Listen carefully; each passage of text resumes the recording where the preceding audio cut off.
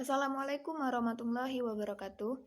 Saya Yupita Sari, mahasiswi Pendidikan Sejarah angkatan 2019, Fakultas Keguruan dan Ilmu Pendidikan, Universitas Sriwijaya. Baiklah, saya akan saya dari kelompok 6 akan menjelaskan tentang ethological theories oleh Konrad Lorenz, John Bowlby, dan Henry, dan peran terhadap perkembangan. Etologi modern oleh Konrad Lorenz etologi modern lahir dari suatu pandangan penting karena pekerjaan para pakar ilmuwan hewan Eropa. Khususnya sendiri adalah Konrad Lorenz yang lahir pada tahun 1903 sampai 1989. Etologi menekankan bahwa perilaku sangat dipengaruhi oleh biologi, terkait dengan evolusi dan ditandai oleh periode penting atau peka. Konsep periode penting atau critical periods adalah suatu periode tertentu yang sangat dini dalam perkembangan yang memunculkan perilaku tertentu secara optimal. Konsep etologi untuk belajar dengan cepat dan alamiah dalam suatu periode waktu yang kritis, yang melibatkan kedekatan dengan objek yang dilihat bergerak pertama kali.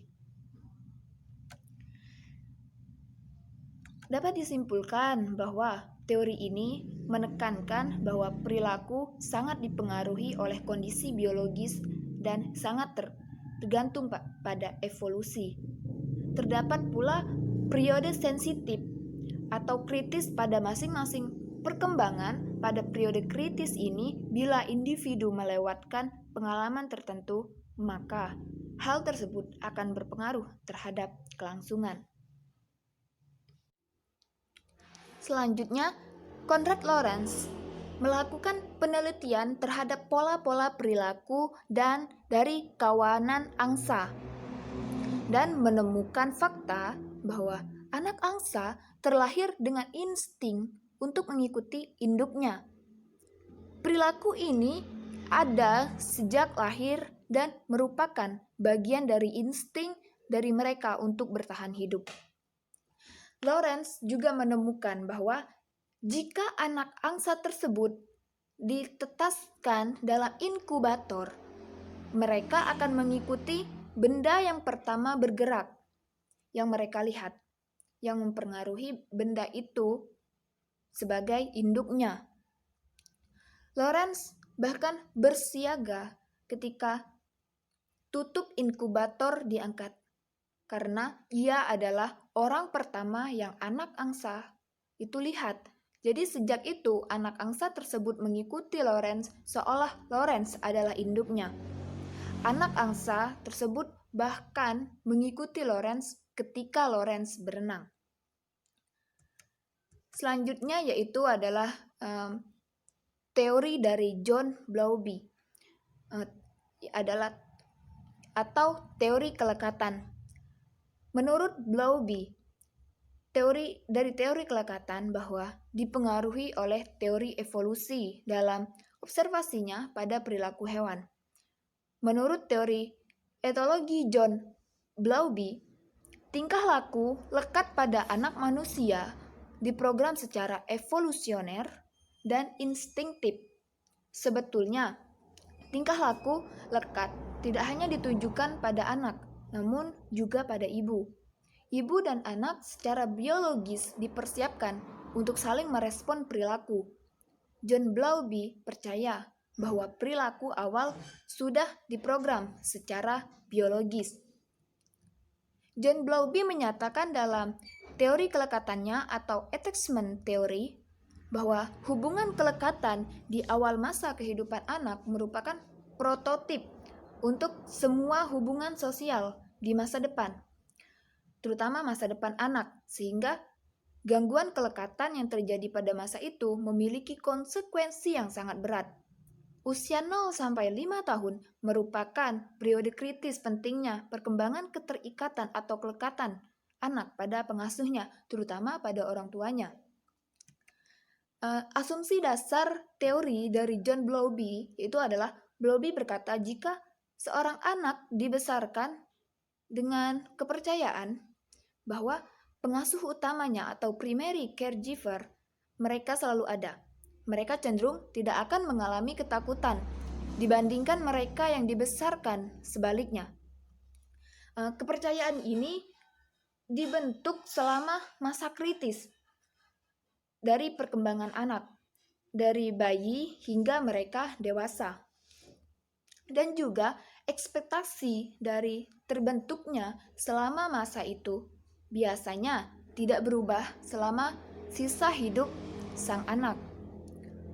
Ekspektasi tersebut biasanya terkait dengan pengalaman yang telah dilalui oleh anak. Ekspektasi di sini maksudnya adalah pengasuh akan responsif terhadap kebutuhannya, karena sebelumnya mereka mempunyai sebuah anak yang akan selalu memberikan sebuah respon. Dari penelitian tersebut bahwa penelitian mengenai hubungan antara anak dengan orang tua lebih lanjut mengklasifikasi 4 pola kelekatan sebagai berikut. Pertama yaitu kelekatan yang aman atau secure attachment. Yang kedua, kelekatan yang bersifat menghindar atau anxious avoidant attachment. Yang ketiga yaitu adalah kelekatan yang bersifat penolakan atau anxious resistant attachment. Yang keempat atau yang terakhir adalah kelekatan yang tak beraturan atau disorganized attachment.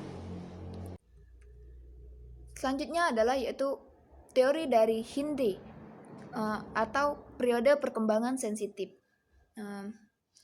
Ethelod Roberts Hinde yang merupakan seorang dosen psikologi di Cambridge University, Inggris, lebih menyukai istilah periode sensitif daripada periode kritis.